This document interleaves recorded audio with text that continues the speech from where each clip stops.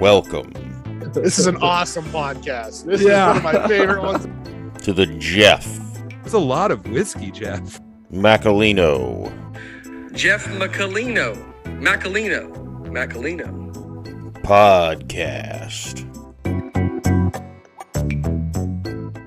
Hello, everybody. Welcome to the show. Got a different one for you today. This is a podcast that's going to be airing on two different podcasts. The one you're listening to, if you're listening to this intro or watching this intro, is the Jeff Macolino podcast, obviously. It's also going to be on Timeless Spirituality,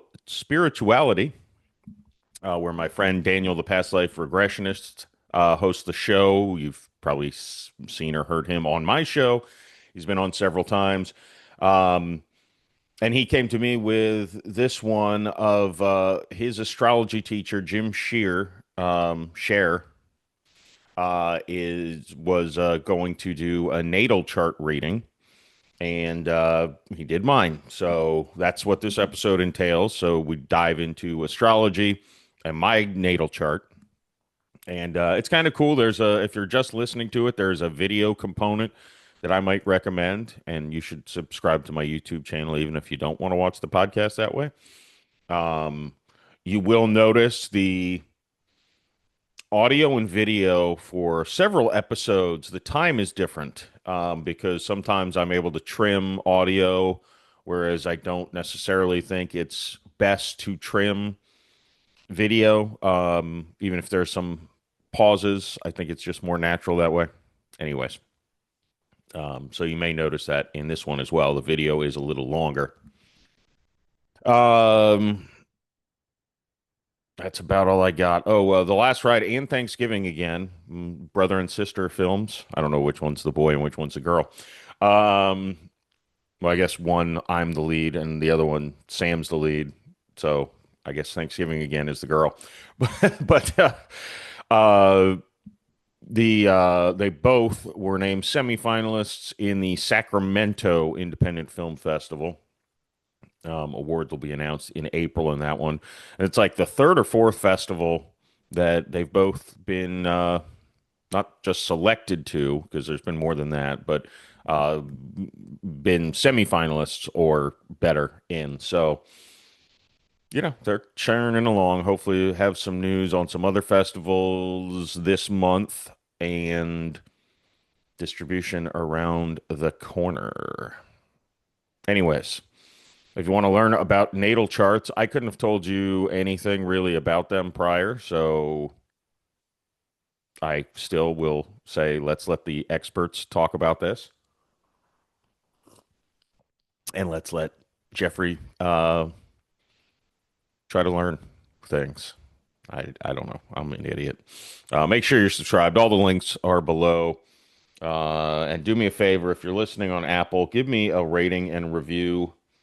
And tell me when you do it, because I've had several people tell me that their review has not gone up, even though they did rate and review on Apple.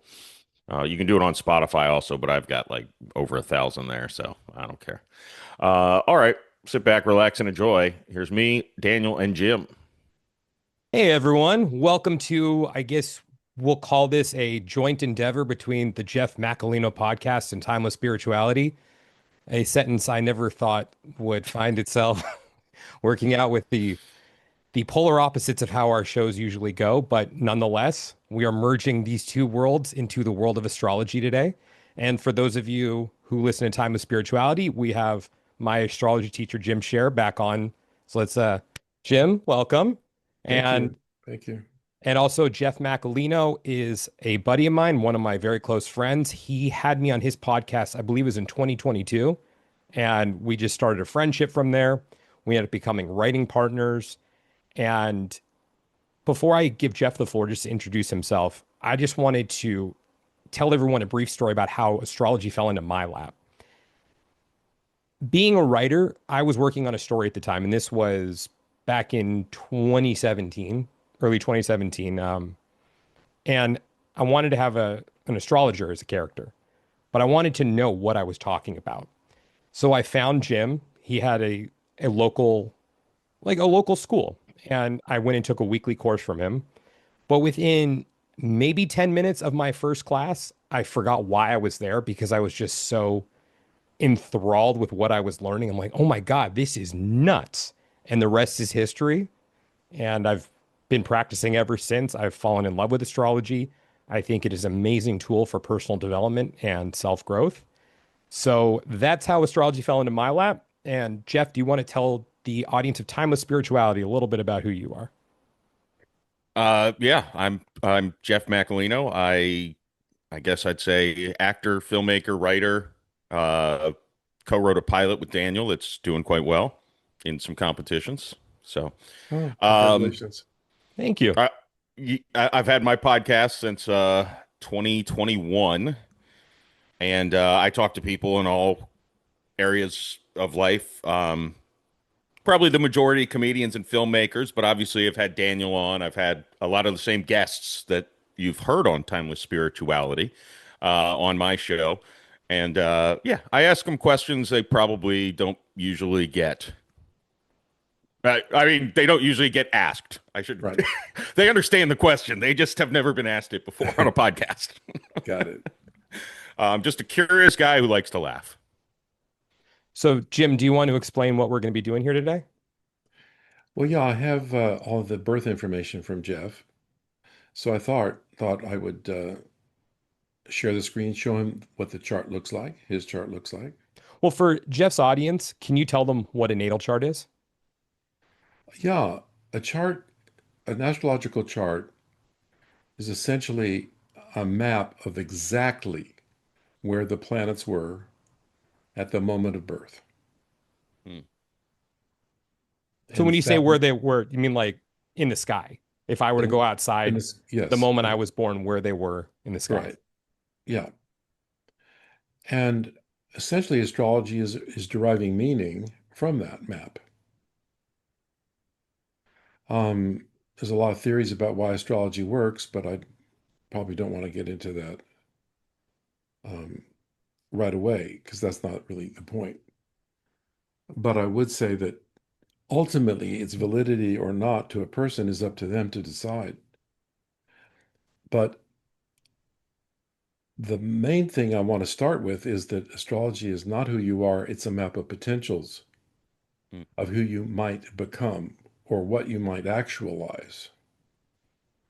And this is one of the biggest misunderstandings of astrology and one of the reasons why it's so critiqued, validly so. So it doesn't mean because your sun sign is in Pisces, you are this way. It's not that concrete. Also, essentially, a chart is composed of all of these different archetypal principles, making each person incredibly unique. And so, the biggest misnomer I think of all is that the sun sign matters very much. And when you It say does. sun sign, also, you mean like when someone says to you, what's your sign? And for me, I would say I'm a Yeah. Taurus because I was born in May. Right, And so that's what you mean when you say sun sign astrology, just that one placement right, based off of birth, your exactly. birth month. And I think this is why astrology has been so criticized because it's been trivialized by the notion that you are your sun sign. Now, that doesn't mean that there might be some things you don't resonate with or think, oh, there's something to that. But when you look and compare that with an actual chart fully, then you see there's a lot more what I would call dimension to it. You mind if I jump in really quick? So the difference between sun sign and your natal chart, which is really specific to you, because just like Jim was saying, it's a snapshot of the sky at the moment you were born, because the planets are always in motion. So even if you were born a couple minutes later, it's going to shift because the sky is going to look different because of the rotation of the Earth. So the way that I like to describe the difference between a natal chart and sun sign astrology is for me as a man and for you guys as well, when we buy socks, when I know for me, I buy a size 6 to 12, even though my shoe size is a 10 and a half. But they don't have a 10 and a half sock that I buy. It's 6 to 12. somehow that same sock would fit on a size 6 and a size 12.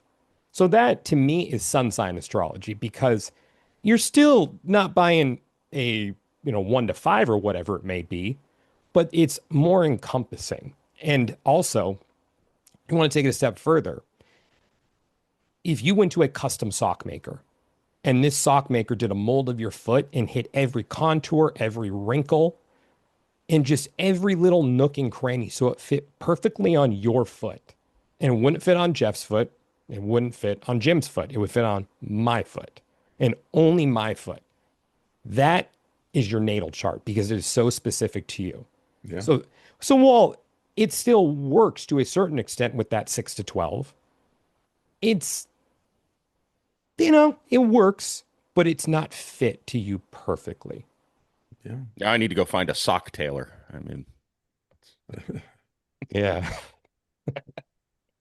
If you're willing to spend $200 for a sock, yeah. yeah, just for one. A pair is going to cost you 400 for two. Well, once Jeff gets that Arby sponsorship for the Jeff Macolino podcast, it's going to a sock maker. Oh, yeah. Daniel, that's a really good explanation. Thank you.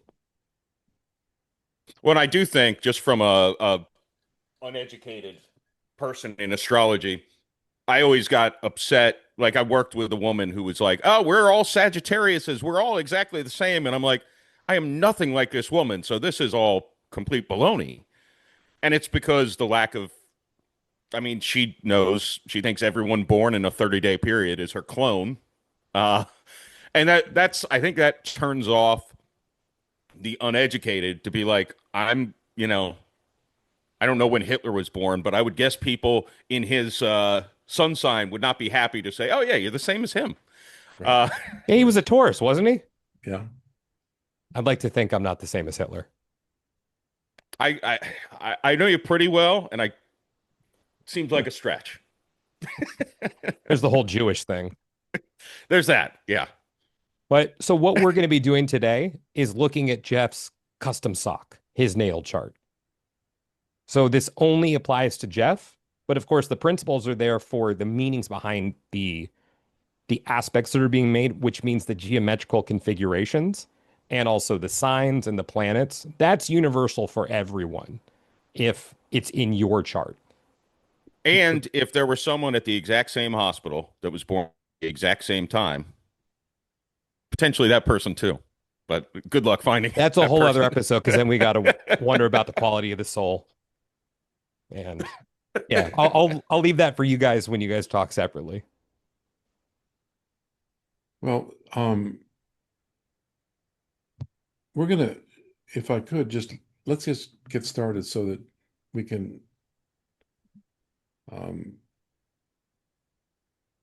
so I can describe what exactly I mean by it's not just your sun sign, because even the starting point is going to look differently. So may I share the screen so you can see Jeff's chart? You should have access right now.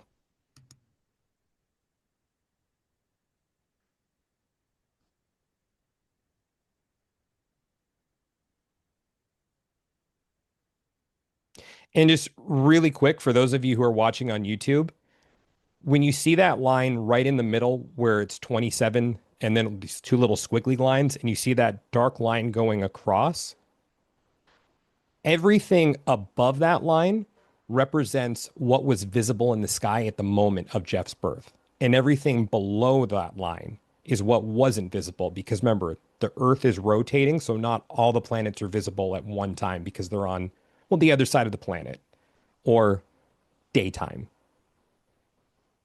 Well, I take back the daytime part because Jeff was born at 11:37 in the morning. But so that's what you're seeing right now, is everything above that line represents what could be seen in the sky.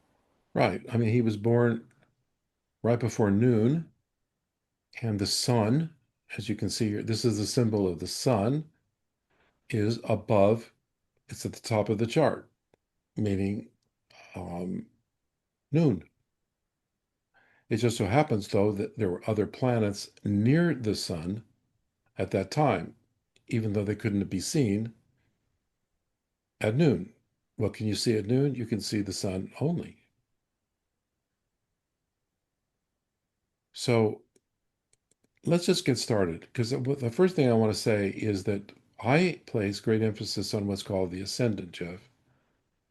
The ascendant is right here, this line here, the first house cusp. And your Aquarius rising. And the rising sign is interesting because it is a representation of the kind of potentials that you must develop in order to begin to develop a sense of self. In astrology, it's often called the personality, but it's more than the personality. It is how others will see you before they get to know you. And the meaning of Aquarius there is that it's the classic archetype of the humanitarian, someone who wants to participate in the progress of the world, um, help the world become a better place. That's why it's the age of Aquarius is thought of as an ideal thing. But it's also a fixed sign, meaning that your personality, once it's developed, can be fixed and hard to make changes. Now, ironically, the first step after that is what's called rulership, and the ruler of Aquarius is Uranus, and this takes us to this symbol here. Uranus and the sun are conjunct. This is why people will say to you, with all that said, you're this way and that way. But Uranus is the principle of uniqueness, of having to develop your own sense of self as independent of other people. It can be a rebel. Certainly in the beginning of one's life, it often is a rebel. But the idea here is for a person to what I call individuate, meaning begin to understand their own unique nature and understand it as I'm going to use the word philosophical underpinning, that although it's for all of us, you have your unique imprint. And so validating your own unique nature as what I'll call a seeker or someone who's always wanting to learn is my simple sentence for all of this Sagittarius. These symbols, this symbol up here is Sagittarius. So you have Mercury, Sun, Saturn, Uranus in Sagittarius. By seeker, I mean someone who's always wanting to learn, incredibly curious, usually open-minded, and philosophical. By philosophical, I mean looking for the meaning of life, meaning of your life, meaning of others' life in general. All right, so let me stop, if I may, and ask you what you think of what I've said so far. Um, I mean, I think it all sounds like things I would expect to hear from my friends and family about. Well, even I describe myself as curious. The last thing we talked about. I'm politically almost an anarchist, so I feel like that kind of fits in with what you're saying earlier about being an individual. Um, and I think the thing that makes people most uncomfortable is I like to be uh, open and honest, and that makes me unique in a way where something Right. embarrassing happens to me, I want to tell everyone and make them laugh Yeah. because, you know, if Openness. yeah, well, if it's a bad experience for me and I keep it inside, I feel like it's just a negative thing. But if I make other people laugh by telling them, I've done good for the world, which I maybe touches on the humanitarian part. That was the so yeah, That's I right. don't know. Exactly. You said anarchist. Could you describe what you mean by that? I very much I'm not like a full anarchist, but I'm very much opposed to most forms of government.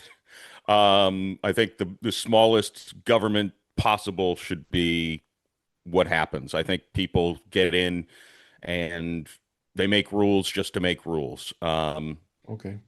It kind of is reminiscent of, to an extent, of what I said before we were recording about not believing in hell. Um, I think hell was created to keep people in line by the Yeah. church.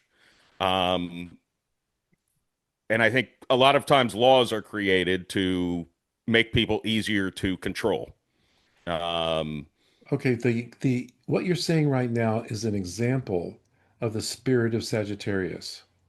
Someone who's seeking to have a better understanding of what's going on in the world, not blindly accepting the definitions other people have, but also beginning to try to develop a philosophical or broad-minded perspective. That's what I mean by philosophical. yeah, yeah. I think I can annoy people sometimes by being a little philosophical. And that takes us to the independent streak of Uranus. But the other thing is that philosophically, I would argue that human beings are flock oriented, and that when an individual starts to emerge out of the flock, that can be alienating. A person can be repressed as they leave the group that they have been born into or identified with. It is essentially extreme nonconformity is one of the strong points of the chart, but not without purpose. There's a purpose here, which is to find meaning in a way that the larger society would not allow, whether that be religion or any other belief system that a person is required to have just to get along in society. Now, some charts are not Yeah, built this way. This is extremely strong in your particular chart. I mean that. I don't know. Daniel could maybe even chime in on this because I feel like it's one of those things where I don't think I'm talking myself into it. I do think those are kind of defining personality traits, or I don't know what the correct word would be. Um, but nonconformity and not being afraid to be different. I would say so. Yeah, I mean, I think that, well, Jeff is one of the most intelligent guys that I know. But at the same time, just like he was saying, he has the funniest stories, like stuff where I'd be like, I can't believe you said that. He'll go ahead and say it on the podcast. But I think it makes people not feel alone. And it also evokes that sense of playfulness and wonder. And where, I mean, you can be laughing your ass off at one moment listening to him talk. At the next point, you're like, oh my God, that was very insightful. Did that same guy just make that point right now when he was talking about doing God knows what in Costa Rica? And now he's talking about, this very metaphysical concept and actually sounding intelligent while speaking about it. It just kind of, if I didn't know him better, I'd just be like, what is going on here? But I mean, I'd say he's an enigma in that respect. And we're even, I'll just say for me personally, him and I have opposing views in many respects, even when it comes to, you say, politics and the way that, I believe that things should be run, the way that he believes that things should be run. But it's always very open and honest when we talk about those things, even when we disagree. He never gets hostile and he always brings up good points. Even if I don't agree with them, I see what he's talking about. So, he's able to foster that space where there's an exchange of ideas at the same time. And I want to focus on that word ideas because everything really comes down to ideas with him. And that's the spirit of Sagittarius. There's another misnomer that people have, which is if you look, I know you don't know what these symbols mean, Jeff, but this symbol I'm pointing to here, can you see it? Yeah, the blue one. Is Sagittarius. This is Capricorn. This is Capricorn. This is Aquarius and all around. Every chart has every archetypal principle in it. Everybody has Sagittarius, everybody has Aries, everybody has all of these signs in their chart doing something. It's just what is emphasized that the individual chart will demonstrate or show. And so when people say, well, I'm a lot like that in many respects, yes, we're all human beings. We all have basically the same kind of nature. It's just that the chart reveals our unique perspective, the unique emphasis. So let me give you another principle. The moon is in Aries, which is a fire sign, and you have 4 planets in Sagittarius, which are fire signs. This means that the fire principle is highly focused and concentrated. Now, what does fire mean? The image probably in your mind is a good start. Inspirational by nature, a fiery spirit. The words themselves tell you something about it. Now, there's something else in your chart that is strong, which I'll get to in a second. But can you relate to the fact that you have what could be called a fiery spirit, inspirational, enthusiastic, natural enthusiasm? Yeah, I think so. I mean, yeah, I think I uh, am a good leader of people. From and really, I was very shy as a kid, but when we'd have class projects, a lot of times I'd be the one who'd take charge and be the leader and come out of my shell when Mhm. it called for that kind of thing. Um, and yeah, I think people who know me probably think I'm too fiery sometimes about things. So Well, I get very passionate about stuff I want to do, and the New Orleans Saints. oh, you're a fan. You're a fan. Yeah, yeah. It hasn't been good most of my life, but yeah, the passion is there. I see. Okay, good. All right. Well, let me go to the next kind of layer. You have 4 planets in water signs. Water signs, in a word, are sensitivity. Now, imagine that you have all the enthusiasm and intense, fiery nature combined with the sensitivity of water and its mutability, changeable. You can go from one mood to another mood quickly. And it's not incongruent, really. It's just you being you, just living. Um, the desire to learn and grow is enhanced due to this Mars Jupiter conjunction in Pisces, adding sensitivity and natural enthusiasm that is rare. It's like the earth is your playground and you just want to grow and learn more. And also, for those of you listening on Timeless Spirituality right now, those planets, Mars and Jupiter in Pisces, are conjunct in his first house.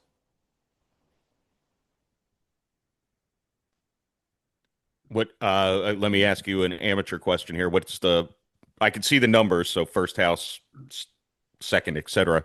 Right. What is first house like more important?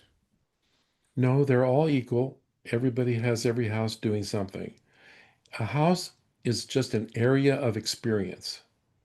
Oh, For example, the first house is how people see you, and it's an emphasis on what you need to do or you need to actualize. Whereas the opposite house over here, the seventh house, is relationships and other people. Now you see there's no planets here, but that doesn't mean it's empty. This is one of the other misnomers. How could it be empty in the sense of you don't have any relationships with people? That's absurd. It's a matter of emphasis. So you even already indicated that in a situation where no one's leading, you naturally lead, you naturally take charge. yeah. But it also adds a sensitivity because Mars and Jupiter in Pisces, which is sensitive, open, and um,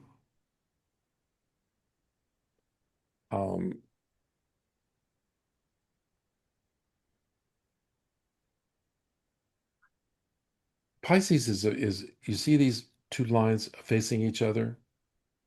Mm-hmm. Pisces can be extremely spiritual and materialistic. These two represent two sides of life: the mystical, the spiritual, the transcendent, and the material. And these are linked and at an intensity to the life due to it's this combination of sensitivity, but also I want to be in the world. This is where I live. I find it even funny.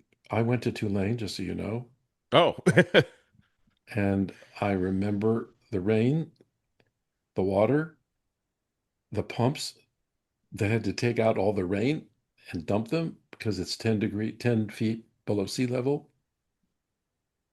New Orleans was an experience for me.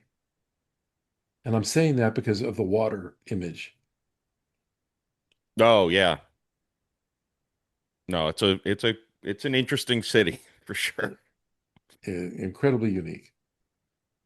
Um, its history is unique. It's part of Louisiana and it's not part of Louisiana. Yeah. It's its own world.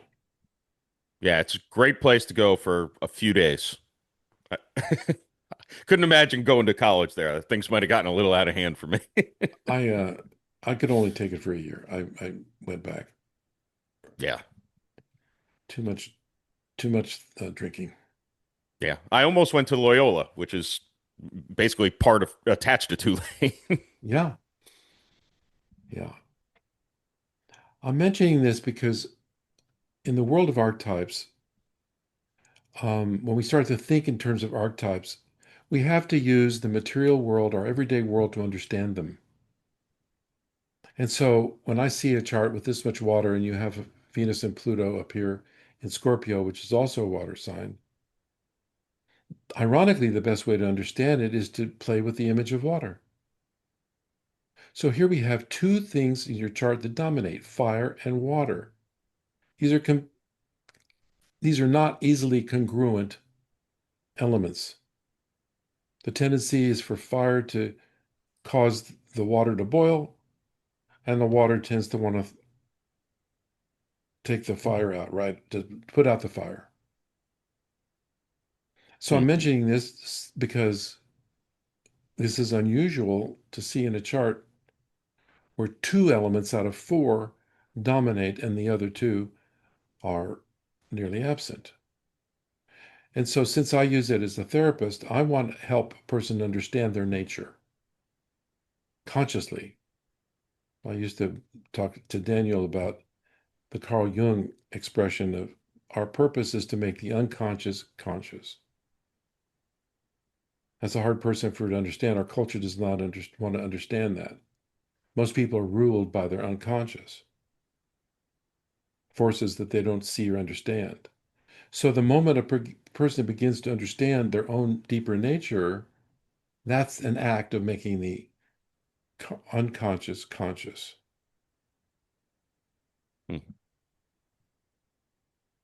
Is the and what are the two other ones? This is a real amateur question, other than No, no, fire I and water. appreciate your asking. The other are earth and air. Okay. The earth signs naturally are grounded and sometimes so immersed in the ground that they have a hard time doing anything if it's extreme. On the other hand, though, air is the mental realm, ideas. And again, everybody has everything. Your chart is is simply a greater amount of one thing and less of the other. Right. So the fire and water is does that being extreme with those two things. Is that somewhat indicative of inner turmoil, or because they do seem like they're complete opposites? I'm going to Uh, stop the share so we can talk a little bit better. Um, See, that question is essentially the doorway to transpersonal astrology. This is the this is why um, I teach astrology. The moment you ask a question like that, you're now considering things and thinking about things that open you up. Every chart has things that flow and things that are in so-called conflict. Every chart. It's called being human. The parts that are difficult to integrate, like fire and water, force a person to confront and deal with these seemingly different things, opposite things, so that they can consciously blend them and make them work together. It's all part of the whole. The symbol in astrology of the whole is the horoscope itself. It's a circle. And that symbol symbolizes wholeness. And so the idea is for the person to take whatever things that are strong and yet possibly in conflict, like fire and water, become aware of it so that you can blend them together on an as needed basis. Use one, use the other, play with them, both, but be aware of them. I left out Venus, Pluto, and Scorpio. You're in a very intense guy. You take relationships seriously. You're all in or you're not in at all. That would be the classic yeah, description of Venus, Pluto, and Scorpio. yeah. I think anyone who knows me, especially in my professional creative endeavors, would say that's all in or not in at all. Is yeah. I mean, the first movie that I executive produced, we did 2 weeks after we got hammered by a hurricane. My house was all torn up, and it's just like, nope, nothing stops this train. I stole from Walter White in Breaking Bad, but I said it over and over when people are like, "Are you still going to film?" Yep, nothing stops this train. So Exactly. That's a good definition when I use the word intensity of what I mean, actually. All in. If life isn't like this and I'm doing something intensely, forget about it. yeah, I learned this in an interesting way. I think you might appreciate it. I was at one of the few astrological conventions that I've been to. And I had a friend from Portland, Oregon, who I knew was an astrologer. And over the years, he became part of the astrological circuit. And I was in the toilet with him in the men's room, and we were next to each other by happenstance. And I looked at him, knowing that he had a lot of Scorpio. And I said, okay, tell me in one sentence what Scorpio means. And he said what I just said to you. If I'm not all in, I don't care. I ain't going to do nothing. That was his one word for all of the sign of Scorpio. And he lived that way. Now the question becomes, can a person become more balanced? And the answer to that is that the more a person is aware of their tendencies, consciously aware, the more you can work with them, use them according to the needs of the moment. yeah. I mean, that makes sense. You know uh, this is a probably dumb, weird analogy, but I'm thinking of playing video games with my son, and you're looking at, a football player, and they've got all these characteristics and hidden development traits and stuff. Well, if you know what those hidden traits are, you can train them in a certain way to make them the best player they can be. Exactly. Um, Exactly. so yeah, no, that it makes sense. And Lord knows I've got a lot of training I could do. In as what a way? person. Say more. Say more. Well, I think it's partially it's partially exaggerated at times, but I think uh, I deter people from, especially romantic relationships, with how much I like to drink.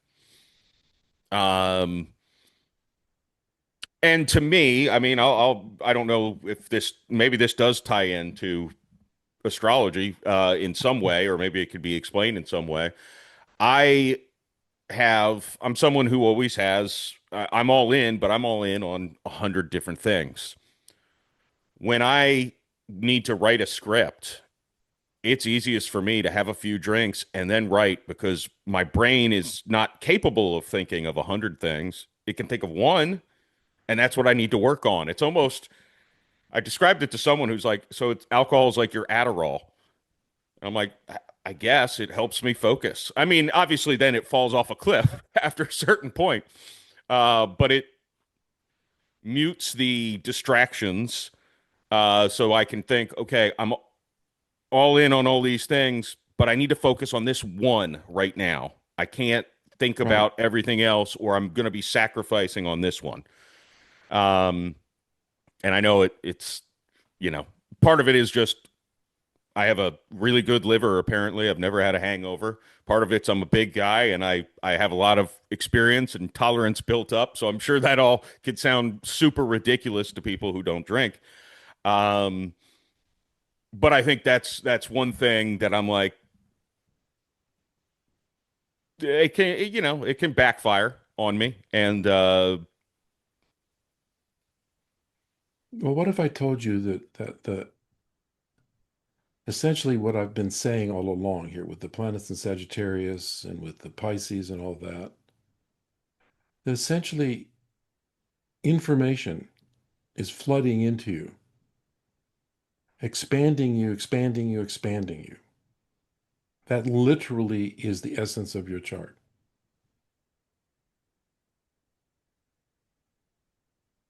so it make Information is flooding into you. so to help me stay sane, dulling the brain a little bit maybe is my medicine, or I self-medication, whatever you want to call it. For now, Yeah.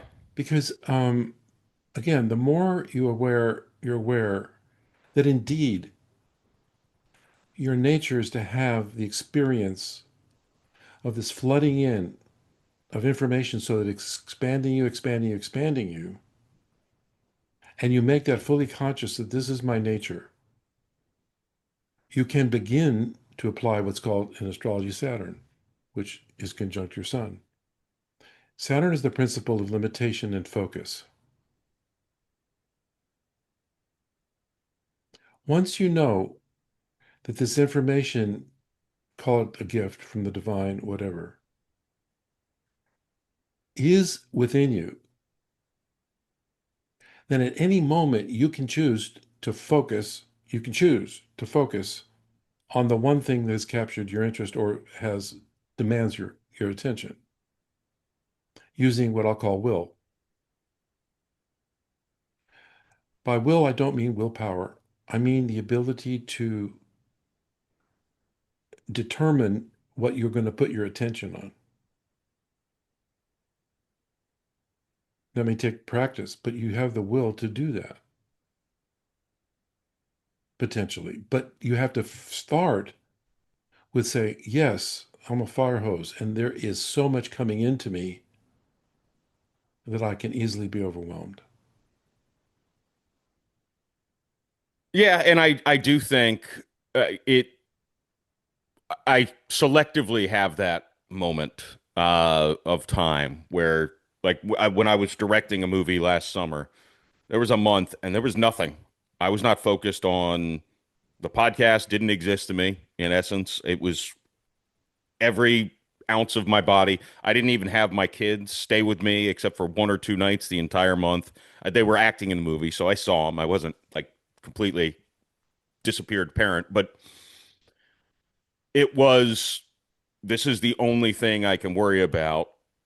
And I think that maybe some of that's just getting more discipline or will to just compartmentalize. This is the only thing I'm going to do today. Nothing else matters. Don't don't do emails, social media, anything. But yeah, it's the current solution is drink and then focus because I've turned off the host. In astrology, Neptune is associated with several things, and you have the moon. Let's see, I think you have the moon trine Neptune.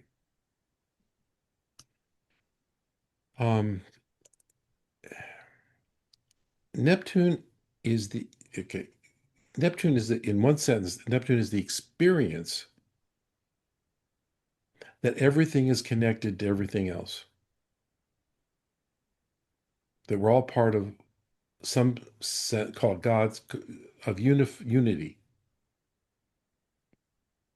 And it rules film because it's the act of wanting to take an image, an archetype, and work with it and play with it. And it literally rules film and filmmaking. And with the moon in Aries, I can certainly see why you would be a filmmaker. Well, what are you going to be making? You're going to be making all of this download that's coming to you that expands your vision. That's why whenever, like when you use the word anarchist, I wanted to know what you mean by it. Because as Daniel knows, one of the first things I talk to people about is that words really matter, but they have to be defined. Mm-hmm. One person's use of a term is maybe very different from another person's term. And so if we take a moment to define a term, not only can we help another person understand what we mean, but we can help clarify what we even mean. So we're not blindly using terms that can be potentially misleading. Mm-hmm. You can't have a family and kids and be totally an anarchist. So what do you mean? It means a rebellious spirit? Yeah, that's your chart. An independent mind? Yeah.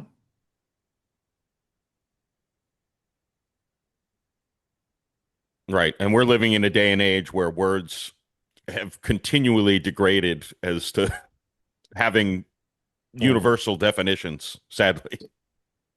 It's been hard for me to watch this deterioration. It has to do with how language is abused instead of used well. What brings people together fundamentally is the good, solid use of language so we understand each other. You put two people in a room and you let them try to figure it out together. Most of the time they can, if they take the time to do it. Or it can be to separate, to create division. Words can do it all. And that's where Daniel mentioned it earlier, where we can have discussions about political things that we don't see eye to eye on. He and I are two people who are able to do that very well because we dig into what do you mean by that? What do you mean by that? Exactly. And so we don't get defensive. We don't get offensive. We just are like, where's the point we disagree? And find that point. That's great because we can just fundamentally disagree on is the sky teal or light blue? Okay, well that's where that's where we disagree. So we know now why we have differing opinions on, whatever. I believe it's teal. It's light blue, Daniel. We can agree to disagree, Jeff.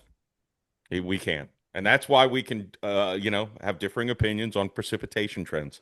Also, I don't really think that this guy is teal, but it was just a joke. Anyways, go ahead, guys. Sorry. It's in my chart somewhere that I have to chime in every so often. Sure. And also just to remind Time of Spirituality listeners, hey, guys, I'm still here.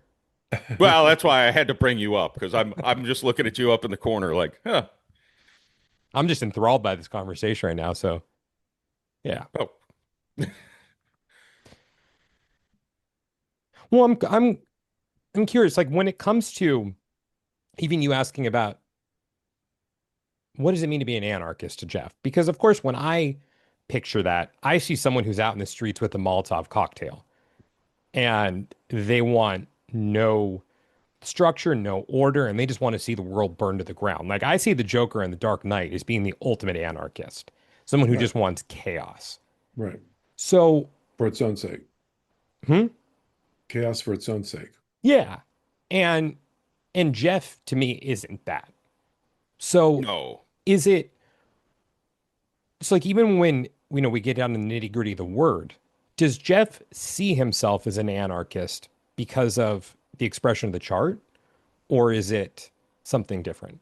Well, that's why I'm asking him. I'm using that term that you as a doorway to a discussion between us. Because the more you dig into it, which I know it's your nature to do, I know you won't have a problem doing that at all. You'll like it. Yeah. Something will be revealed. By revealed, I mean something new can occur. Yeah, and that specific word, I'll say I've evolved quite a bit on that probably the last 2 years because my younger brother introduced me to a Christian anarchist, a couple of them who have had on the podcast. And now, so my vision used to be the same, like the Joker, just wants the world to burn, chaos.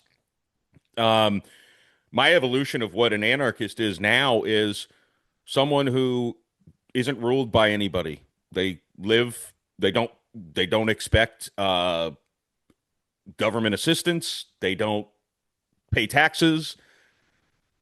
They're on their own. They're as individual and free as you can get. The Christian anarchy is an interesting thing because, especially, the bad Roman project they're saying is no kings but Christ. The We shouldn't have people we worship that are politicians. It's I always say it was a little libertarian. I when I was in jury duty, I got called to jury duty, and I was explaining why I could not convict someone guilty of money laundering. I said, well, look, I'm an leaning libertarian, and money laundering should not be a crime. How they got the money maybe was a crime, but laundering the money, that's just your crooked tax system that they have to work with. Okay. um, I got excused from jury duty, and I was being completely honest, by the way. Now I I wasn't imagine trying to get out okay, why would you be excused from jury duty?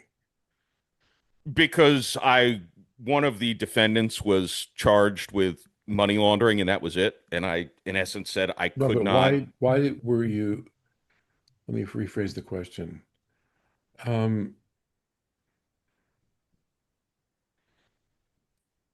on a jury, a person's going to be asked to abide by the law and interpret the law and then relate it to a specific case.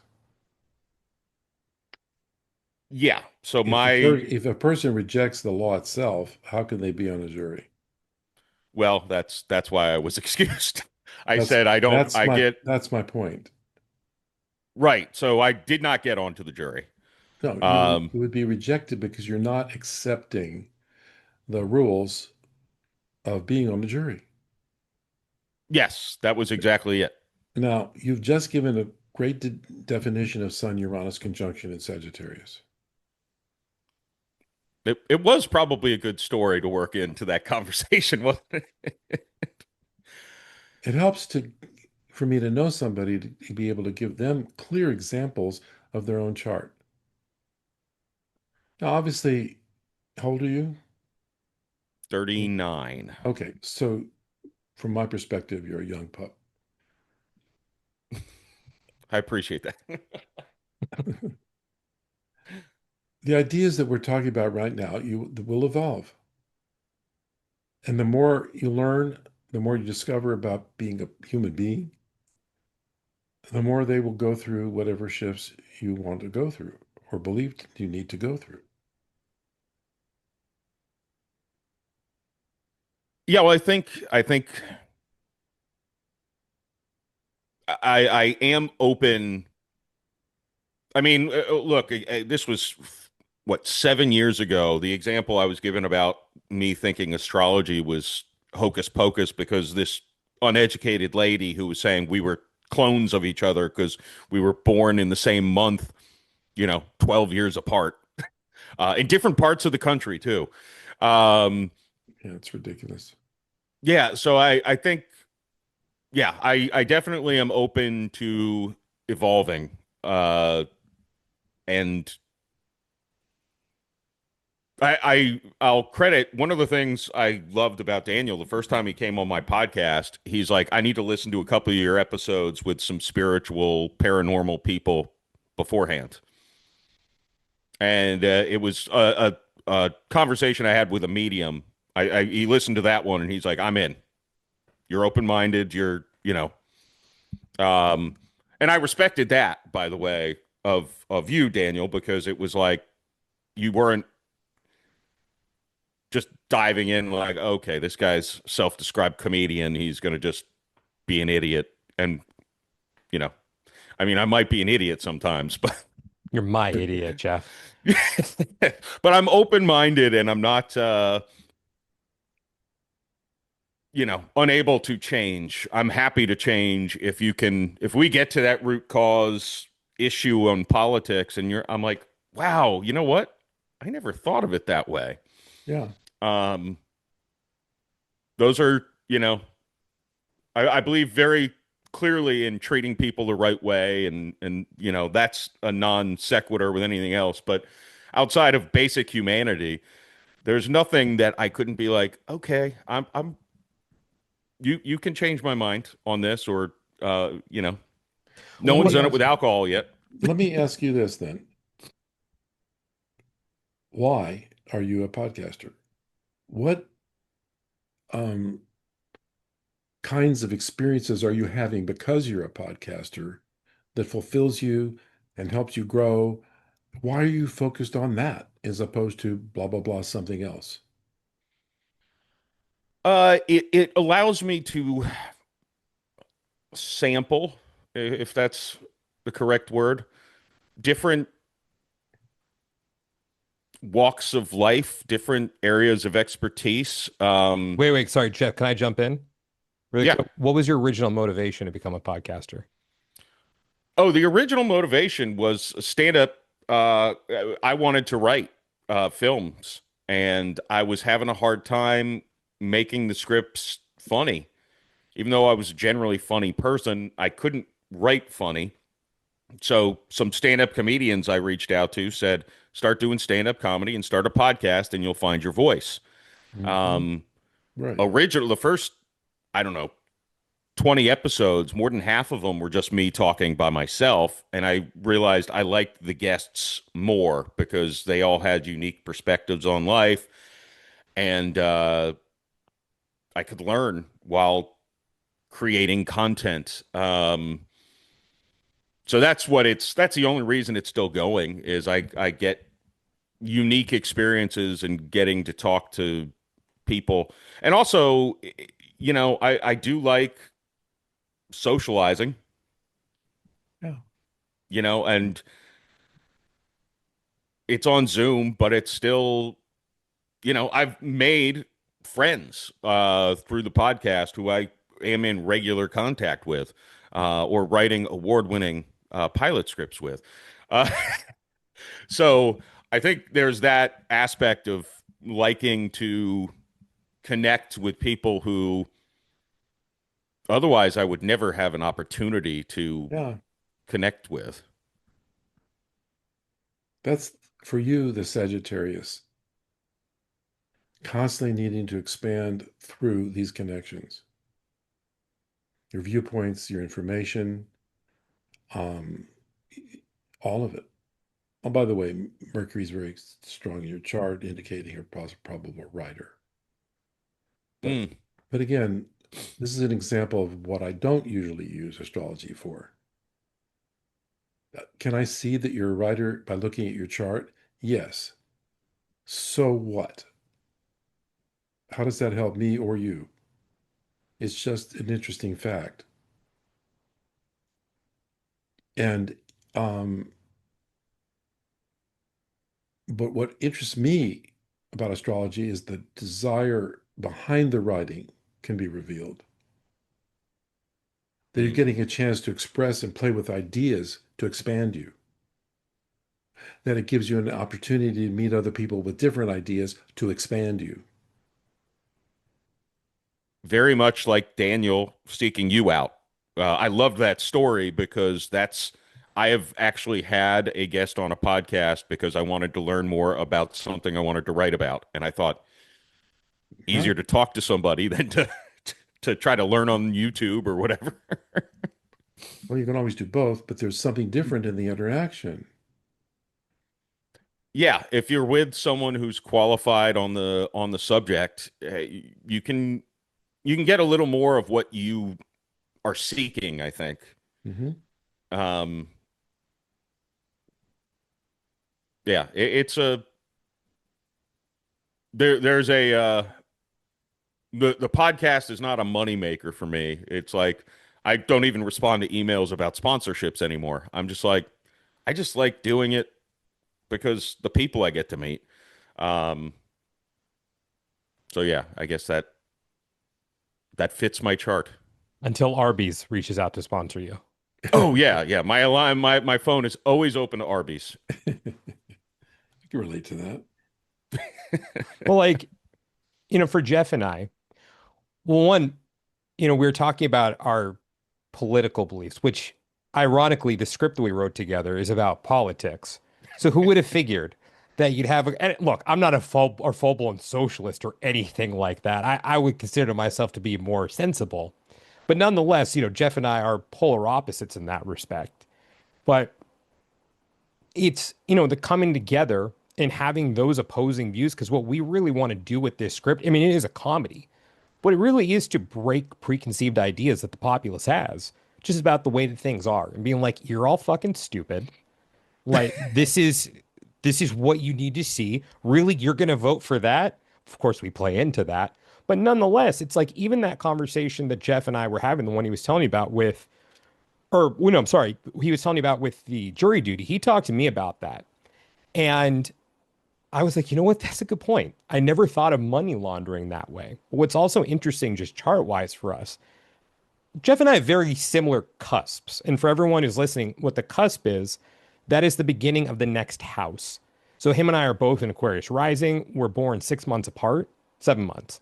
So we have a lot of the same outer planets. And those outer planets just happen to be in the same houses. So like we have a different expression, but like the way that I also saw that, the even though I heard what he was saying full-heartedly, I'm like, that is a really good point. The crime really is why or what the cause was. But if I were sitting in that courtroom and I was on that jury, and I'd be like, okay, if the evidence is there that they laundered money, that's the law. And as a citizen, I feel it's my duty to do my part to uphold those laws. So yeah, I would say guilty. Or if the speed limit is 65 and I got pulled over at 66, I'd be like, yep, you got me. As stupid as that may be, I'm like, I did it. I was speeding. I did it. So, I mean, I bring that up because of the expression that it's so cool that even though there are these boxes that we fit into, even in this chart, there's still a different expression going on in that we are so, I mean, just as you put it, Jim, it's like we are an expression of our chart, right? We are living our chart out. And what was the way you phrased it on my podcast specifically? It was I good can the way never you said remember it, what I say. but I'm having the experience walking through life of my chart, Yeah. but I'm experiencing it nonetheless. And those conflicting charts can come together. And I think that's just also what's so beautiful about See, I astrology. wanted to mention something. Compatibility in astrology is very popular. Mhm. When two people have the same or near ascendant, like what Daniel just described, that's a high indicator of compatibility, not the sun sign. Hmm. It's number one. You're beautiful, Jeff. Well, that's what I was like. See, the dating apps have it all wrong. They ask for just your sun sign. I I need know. the the They're all rising. wrong. Like my ascendant is conjunct your Sagittarius planets, Jeff. It means that it's easy for me to get you and the way you think because I'm very similar. I wonder why I suggested this one. And it also means, though, that the differences between us could be a creative uh, interplay that both of us would appreciate, as opposed to moving into conflict. If I know the motivation of a person is the same as my motivation, we're going to get along. If our motivations are different, we probably won't. Yeah, well, that makes sense. Also, the I don't have to worry about a woman I've been dating for the past few weeks having the same birthday as my ex-wife. They were born in different years, different places in the country. No, Sun sign. their charts are very, very different. Yeah, I don't know what their ascending signs are, but hopefully they're different. Well, one of the things that I always say to students is you don't really have to know astrology to be affected by it. It's operating whether people know it or not. So why study astrology? Because, again, it helps a person make the unconscious conscious. And that modifies the way we experience life. It creates the opportunity for resolving internal contradictions. It helps us actually become who we are without lying to ourselves. It helps us be more authentically true to ourselves.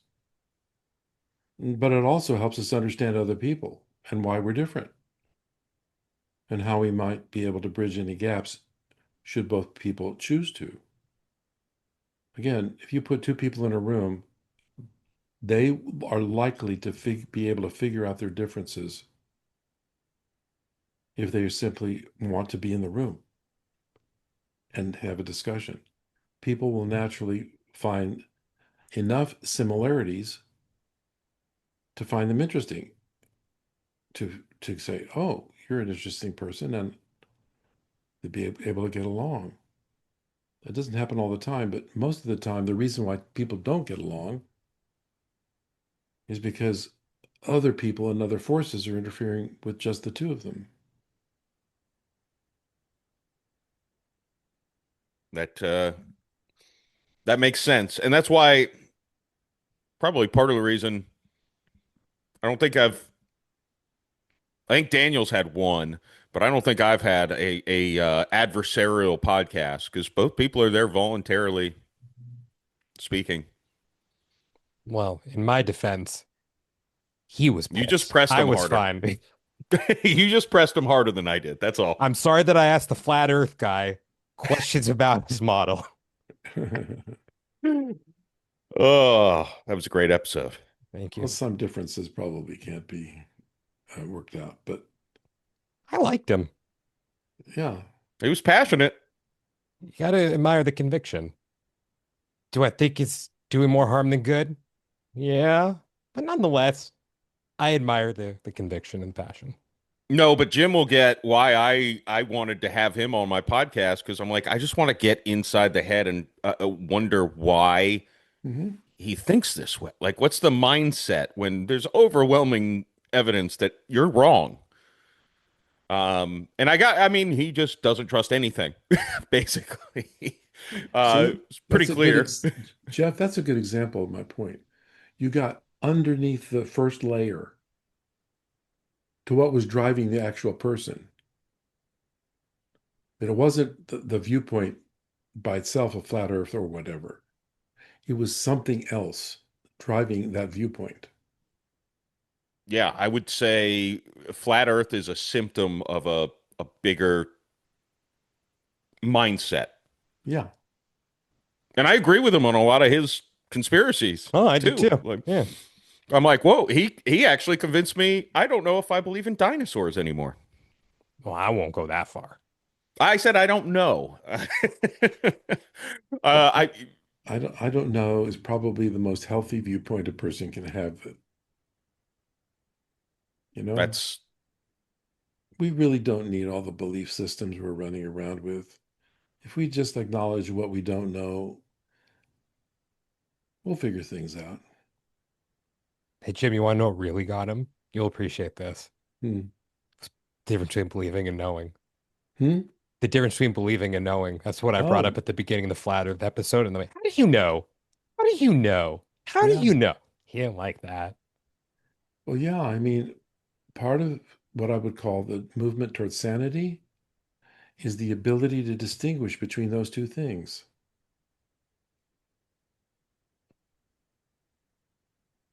Oh, yeah, Jeff. it's This Jim's who taught me the difference between believing and knowing.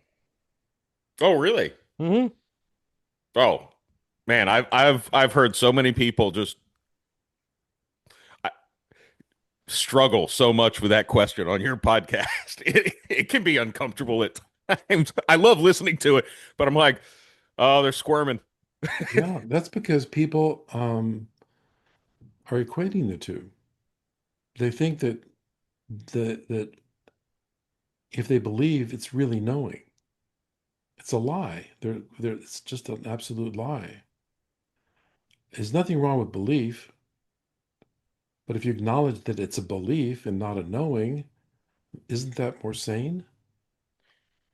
Yeah, and for the record, since this is a going to be on time of spirituality, I would say I know very little. I believe a lot of things because I choose to believe in things. Yeah. Like God is a great example. I don't know there's a God. I ch My brain works better if I believe there's a God. Okay. But I don't know anything.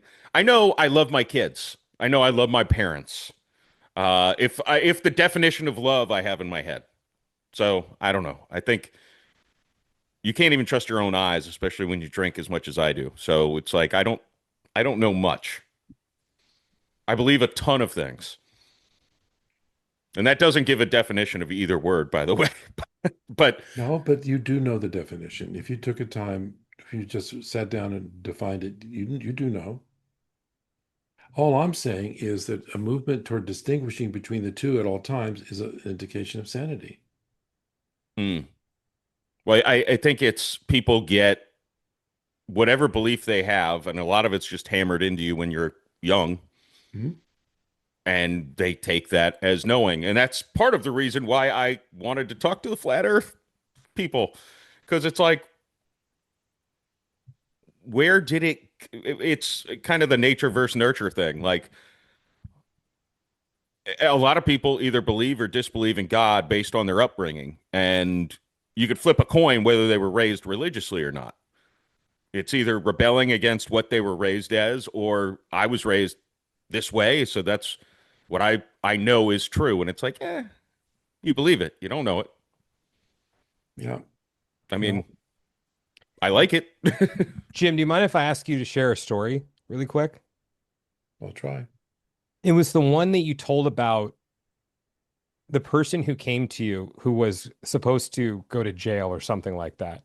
And Oh, right? And they came in for a yeah. reading asking Yeah. about, can you share that story? I think Jeff will appreciate that one. I think the listeners of the Jeff Yeah, Macolino it's an podcast will love interesting, it. it's a good story. This particular person, I did not know um at at first. I didn't before the reading, I didn't know who the person was. Later on, I found out something about the person from somebody else. Okay, so they come in and they say, "Will I go to jail?" They wanted to know specifically, "Will I go to jail?" So I'm looking at their chart, and there are indications using traditional astrology that the person's possibly going to go to jail. That's the astrological superficial side of it. And I still remember the houses that were involved. And I said to him, I can answer your question. You just need to tell me this. Did you do it? Because you will go to jail if you did, and you will not go to jail if you didn't. That was as clear as a bell to me. Now, whether that was all astrology or astrology and intuition or whatever, it was what it was. And the guy says to me, I didn't do it. He's lied to me. And he ended up going to jail. And the people that actually made the referral knew that he knew that he did it. Who was he lying to? Why would you go to an astrologer and ask a question like that unless you were trying to like play some game, not just with them, but with yourself? That's a warped It person. again, as a therapist, I can tell you that more people are warped than you'd like to believe. Because anytime we're lying to ourselves about something, including what we just talked about concerning confusing belief with knowing, you open yourself up to misleading yourself, to lying to yourself. I think he actually believed he was innocent. That may make no sense, but I think right now our president of the United States is an example of that. I can't tell what he really believes and what he doesn't believe. I don't think he can tell. No, no, I don't. It changes every day, it seems to. Every hour. So it's very powerful. And this, I use this in astrology all the time because even like I didn't, when I did your chart right now, we had a discussion. I didn't tell you you're like this. I don't do that. I don't use it astrology that way. Was there, I guess, a good question? Because Daniel told me he told you very little about me before this. Um, He didn't say anything. yeah, Well, I said two things. He's a podcast host and he likes drinking. You said what? He He's likes shrinking? he's a podcast host and he likes drinking. well, the podcast was probably relatively apparent. Okay. I didn't remember the last part. Oh, But even so, was there? I feel like I almost fit my chart pretty well, but I'm curious if there's anything that you're like, huh, this surprises me. No. No, because my expectations are different from what you might think. My expectation isn't that you're going to fit your chart. I don't think in those terms any longer. Hmm. My expectation was that I was going to have a wonderful experience with you discussing your nature and seeing the correspondence between the description of a chart, which is what it is, it's a description, and your perception of yourself. That to me is why I'm here. That's fun to me. I get to have an experience with you. You get to have an experience with me around astrology. But it's not really around astrology, it's around your nature, who you are, with the possibility of you beginning to see things about yourself that you already know, but this would actually more validate it than ever. It might help you with your drinking. Yeah, other people should just get over it. It's their problem, not mine. Okay. I'm kidding. Jeff, you mind if I ask you one more question? I'm sorry, Jim, one more question about Jeff's chart. Yeah. So, for the Timeless Spirituality listeners right now, out there in social media world, as we're recording this on February 10th, 2026, we have an eclipse coming up next week. And I'm sure a lot of what you guys are seeing right now has to do with a couple of the signs in particular about this is going to happen if you have this predominant placement, or this is going to happen if you have this predominant placement. Like, oh, your love life is going to blow up, or you're going to run into a lot of money. Yeah, and I think that's the one size fits all. And I wouldn't even go that far because it's also very catchy. My question for you, when it comes to Jeff, what do you think the lesson is when it's coming to this upcoming eclipse? What do you feel he's meant to learn about himself? Well, the eclipse, first of all, the eclipse, to me, eclipses are what I call inertia destroyers. Things that are stable or seem to be stable, which actually are not, will be revealed as something a person has to deal with. See what I mean?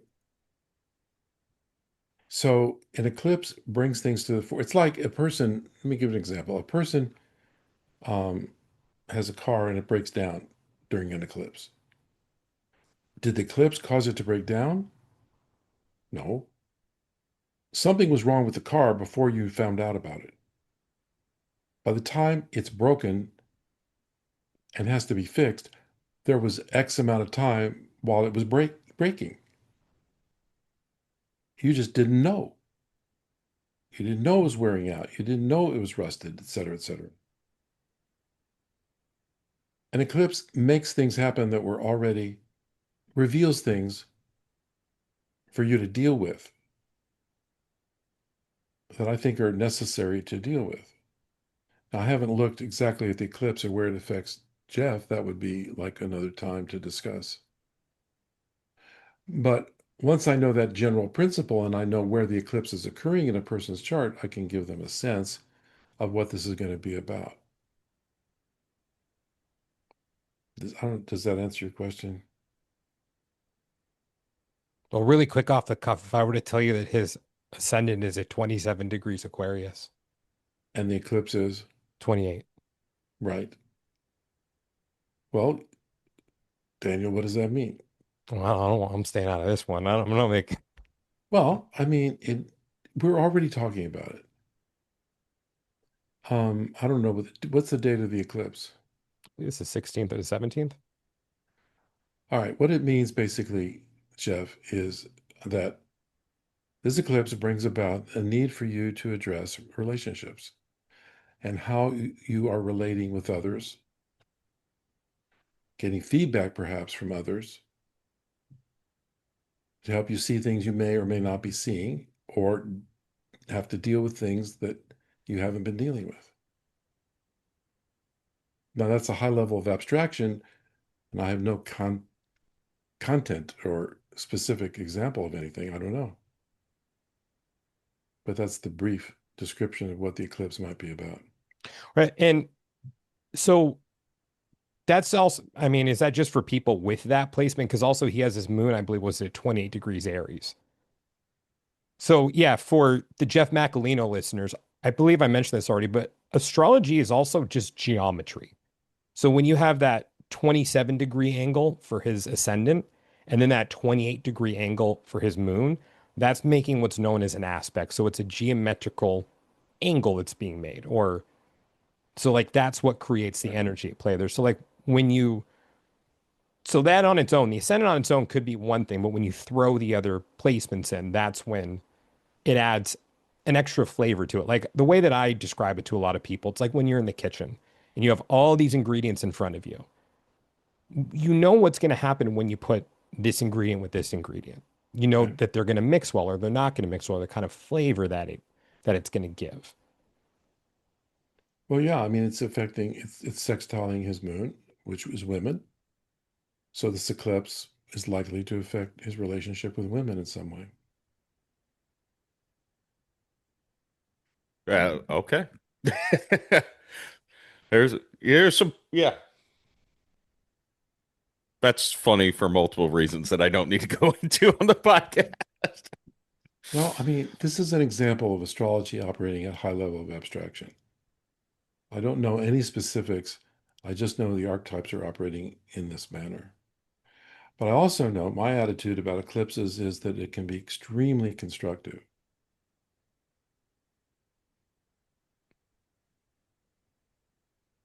And that it's best approached as sometimes a small nudge or as a bigger nudge to deal with things that we haven't dealt with and need to be dealing with.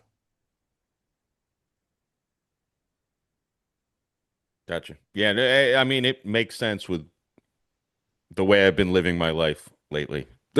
Like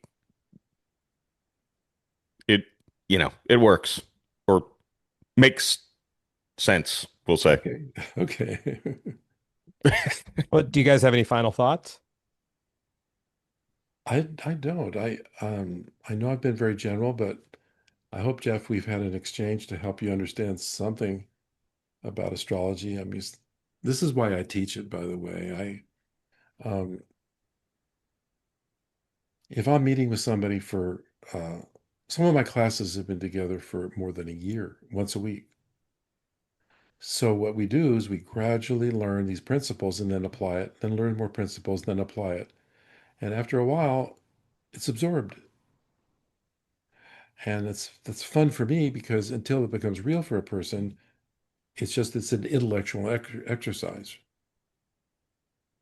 So it's exciting to watch somebody become aware of the validity of astrology, but also how to use it in a constructive rather than destructive or silly way. Um, because most people, I think, use astrology in a fairly silly way. So Yeah. I have one more question for Jeff, but before I ask that, I just want to talk about how astrology really helped me. It made things more tangible for me because when I saw these aspects in front of me on a chart, it helped me put the feelings into words. Now, some people can use it to go the extreme of I'm doomed, or how do I work with this? I think that's the better way to go about it. It's like, yes, I do have this speed bump, but you can get over a speed bump. So when these things would come up for me, I would almost see it in my head of, okay, this is just playing out right now, but now I'm aware of the aspect. So how do I move past this? So that's how it's helped me grow. But Jeff, my question for you is, has your view on astrology changed at all through the course of this episode? Um, I would say it's given me a lot more to think about and actually seeing the chart because I've never seen a natal chart before. Uh, it so what really impressed me was actually before we even started recording when Jim was explaining how he got into this because he was a therapist and it helped him figure out how people worked, which is such a great reason to do it, the best I've ever heard. Um, and then I think what for someone who did not know me, I mean, well, Daniel, I said to you, like, boy, I think no one could have possibly nailed my personality, which is pretty out there for people if they go back and listen to the last 6 seasons of the podcast. Um, but I appreciate the way that Jim goes about it too, where it's again the comparison I made earlier, where the hidden skill sets where you can focus on. I need to get better at this. I need to get better at that. I need to just know this is a thing that exists in me, and maybe it doesn't need to change. I just need to know it's there. Um, no, I appreciate the this is the most in depth I would say I've gone in this kind of astrology conversation, and I'm intrigued to learn more. I'll say. And Jim, my final question for you has to do with Jeff. Archetypally speaking, what do you feel here or he's here to contribute to the world?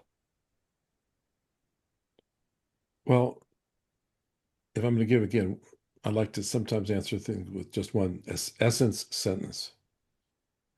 But to take his vision, his what he has learned, what he is learning, the process of his learning, and express it to the world.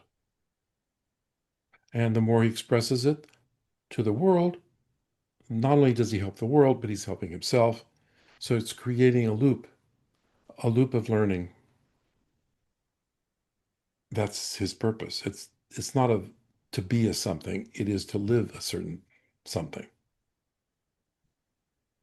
And it's the way he will grow and grow and grow in ways that he could never foresee or predict, because it will constantly expose him. Hate to talk to you in the third person, but I'm answering his question. He'll be learning through access and communication with and experience with people. And that will be what he does all of his life. Where that will lead, it just expands him until he's almost unrecognizable to himself as he grows and matures and has various experiences. How's that feel, Jeff? Yeah, I'll take it. No, yeah, no, it does. I've probably said to Daniel before, anytime I get writer's block, my thing is go to a bar and talk to strangers. And I think that fits. I know, take the drinking aspect out of it. Well, It is the key to that is that you're meeting somebody you don't know. Mm-hmm. You're throwing yourself into the unpredictable, where something new can happen. Uranus is the principle of newness, something you haven't thought of, you haven't considered, and cannot predict. It's so funny when astrologers try to make predictions and they're using Uranus, because by definition, Uranus is the unpredictable. Why is it's insane to try to predict something that you have defined as being unpredictable. But what you do by going to that bar and engaging in that way is you're literally throwing yourself into the unpredictable so you can get information you could not get any other way. That's your chart. Now you don't have to you don't have to believe that astrology is real or not. That's not relevant to me. I'm not. I'm long past trying to prove it. But I know it's what's driving you. I know it's what you'd love. I know it's what you need.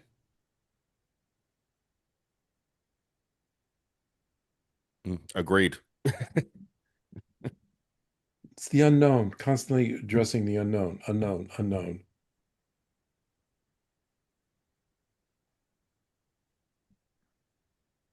Yeah. I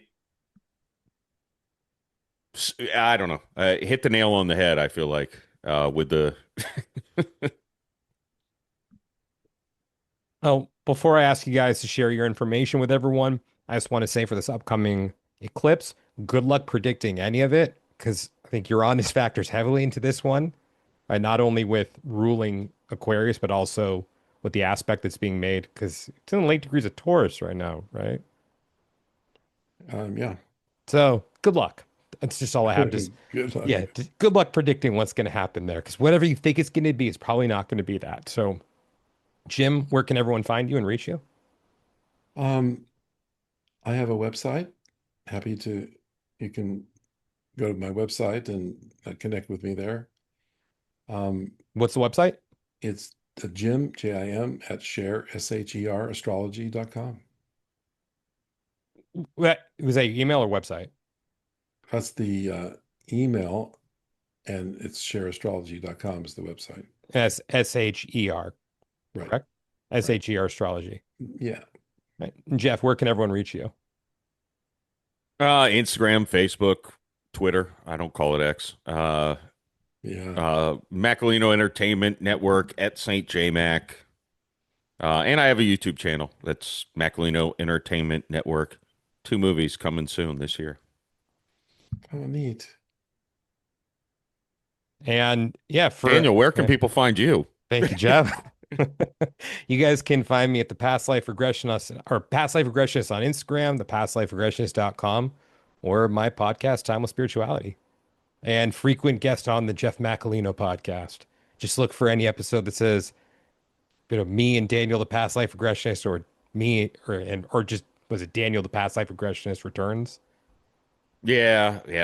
Yeah. Yeah, they're the they're super long titles to fit on my little graphic I put on Instagram. I like that. It sounds like a good Batman movie. Well, thank you guys so much for coming on. And Jeff, thank you for having me on. Jeff, I really enjoyed meeting you. Yeah, you as well. Thank you, Jim. You're very welcome. That's it. That's all. Hope you had a ball. Thank you, Jim. Thank you, Daniel, for having me on, coming on, whatever. Interesting stuff. Probably will have Jim come back down the road to talk a little more about astrology in general. But it was definitely interesting, and it's weird how I will say from a religious perspective, it's interesting to me that it's like astrology is a no-no in most, or at least in Catholicism, I believe. Boy, my tan line from my hairband I can see really clearly in the video here, leading into my gray hair. I look like a comic book villain. I lost my train of thought, but but anywho, oh yeah, I don't see how one like if you believe in God, God would have the whole universe be relate to each other. Like it would be intelligent design. It's not a predestination necessarily. It's I don't know. I don't see how they're incongruent is basically what I'm trying to say. I'm an idiot. Boom. It's over. Like, thanks for listening. It was amazing. I loved it. Be sure to come back for another great episode I'm one wing away from Jeff Macolino. of the Jeff Macolino Podcast. How much time did you spend on thinking of the name of your podcast? You went just straight, that's my name, I'll add the word podcast to it. Yup. See you next week.